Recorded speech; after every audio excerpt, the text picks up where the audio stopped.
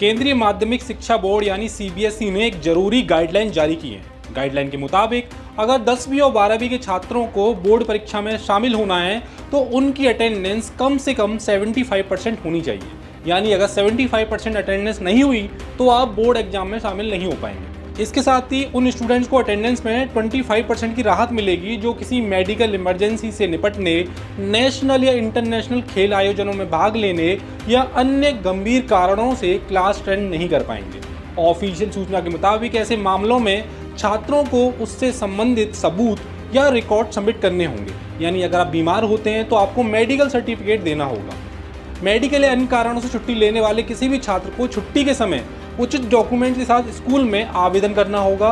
बिना आवेदन के आपको छुट्टियां नहीं मिलेंगी क्योंकि बिना लिखित अनुरोध के छुट्टी को अनुपस्थिति माना जाएगा। बोर्ड ने कहा है कि स्कूलों को नियमित रूप से निगरानी करनी होगी और अटेंडेंस रिकॉर्ड को सटीक बनाए रखना होगा। अटेंडेंस रजिस्टर को पर डे अपडेट करना होगा और क्लास टीचर और स्कूल के समक्ष प्राधिकारी को रजिस्टर पर साइन करने होंगे। अब अगर बच्चा एब्सेंट होता है तो क्या होगा? तो सीबीएसई का इस पर कहना है कि अगर कोई छात्र बार बार स्कूल में एब्सेंट रहता है या जरूरी अटेंडेंस को पूरा करने में असफल रहता है, यानी 75% अटेंडेंस पूरी नहीं कर पाता है, तो स्कूल अभिभावकों को लिखित रूप से सूचित करेंगे। सीबीएसई की ऑफिशियल सूचना में कहा गया है कि नियमित उपस्थिति न केवल बोर्ड की परीक्षा संबंधी जरूरतों को पूरा करने के लिए बल्कि जिम्मेदार और कुशल व्यक्तित्व को बढ़ावा देने के लिए भी जरूरी है।